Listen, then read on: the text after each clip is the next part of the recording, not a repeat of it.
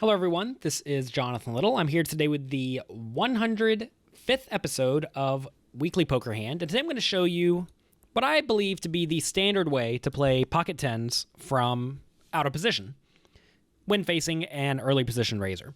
So at 500, 1,000 blinds, an unknown kid from third position raises to 2,600, and then everyone folds around to me in the small blind.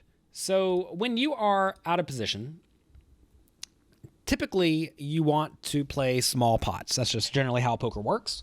Or you want to make the pot so large that you take away your opponent's post-flop advantage. And that's usually the case when you are somewhat short stacked. But here, notice, we are actually very deep stacked. And for that reason, I think you want to call and see what develops. This may seem a little bit risky because you will flop poorly with tens somewhat often. But at the same time, this is the only way to ensure, or at least make it much more difficult for us to go broke with this hand after the flop. So I do elect to call, and we see a flop. Heads up flop, the big blind folds. Flop comes 8-6-2, two clubs. From out of position in this scenario, I'm almost always going to check. So I do check. My opponent bets 2,800, and I like to check call. So similarly to how a lot of people are concerned with being outdrawn before the flop, whenever your opponent has something like Queen Jack, for example, a lot of people are also afraid of letting their opponents outdraw them on the flop. They see that there are two clubs on the board. They see that there are a lot of overcards that could come.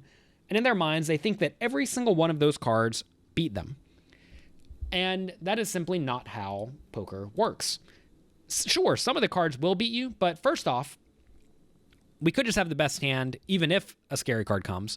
And also, there's no guarantee that our opponent will continue betting, even if he does improve to beat us.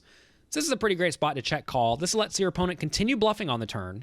And it also makes it very difficult for me to lose a huge pot if I happen to be beat already. Notice that if I check raise the flop and my opponent sticks around, my tens are often in very bad shape. I'm usually against an overpair or a strong draw. And pocket tens, if you run it against a range of overpairs and strong draws, is actually not in that great of shape. So the turn is a king of spades, not what I want to see. I check, and then the unknown kid bets 6,000 into the 12,700 pot. This is, again, is a spot where a lot of people get afraid and fold, but I think you need to stick around, at least for one more street. And the reason is because a lot of people view the king as an obviously scary card. So for that reason, they'll almost blindly bet it. And if you think that your opponent will continue betting his entire range, especially his bluff range, on this obviously scary turn, then folding doesn't make a whole lot of sense with pocket tens. You really want to stick around and allow your opponent to continue bluffing on the river. If the river is a bad card, primarily a club or an overcard to my tens, I do think you will want to fold to additional pressure. But in general, I think this is a spot where it's fine to call and see what develops on the turn.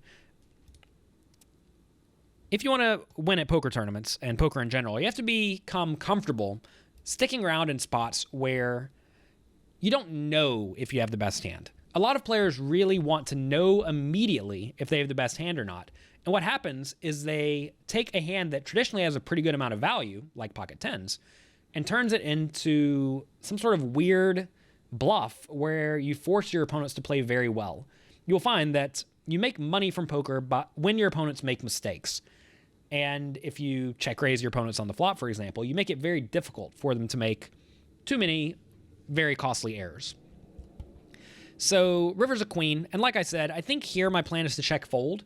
However, if I do check and my opponent bets, you have to realize his value range should be very tight, primarily just a king or better, and it's actually somewhat hard to have exactly a king or better. If he would value bet a queen, then I have a very easy fold, but if he's only betting a king or better, you should actually consider calling. But I think in general, when an ace, a queen, or a jack, or a club comes on the river, you probably do want to check fold. So I check, the unknown kid checks behind, and we win the pot. And that's it. This is a spot where the board actually did run out pretty bad, But my opponent was probably sitting there with pocket nines or maybe ace jack or pocket fives, something like that, and decided to just barrel the turn, see what happened, and then elected on the river to give up, thinking that he probably beats a lot of the busted draws. And that's actually true. He does beat all the busted draws. However, we happen to have a best hand and happen to have the best hand. And notice that we ended up winning a pretty sizable 12 big blind pot. Well, 12 big blinds off of our opponent in a spot where if we just 3-bet pre-flop, our opponent may fold. Or if he does call our pre-flop 3-bet, he may call our flop bet, then fold to an additional bet, which would return... I'm sorry, he may call our pre-flop bet, then fold to our flop bet, which would return roughly the same amount. Or if we call pre-flop and then check raise the flop, he's frequently going to fold there, which would also cost us money. So by playing it this way, we give ourselves the opportunity to get outdrawn. We let our opponent see all the cards. But at the same time, we typically win a little bit more and also make it very difficult for us to be put in a horrible spot when we happen to be crushed.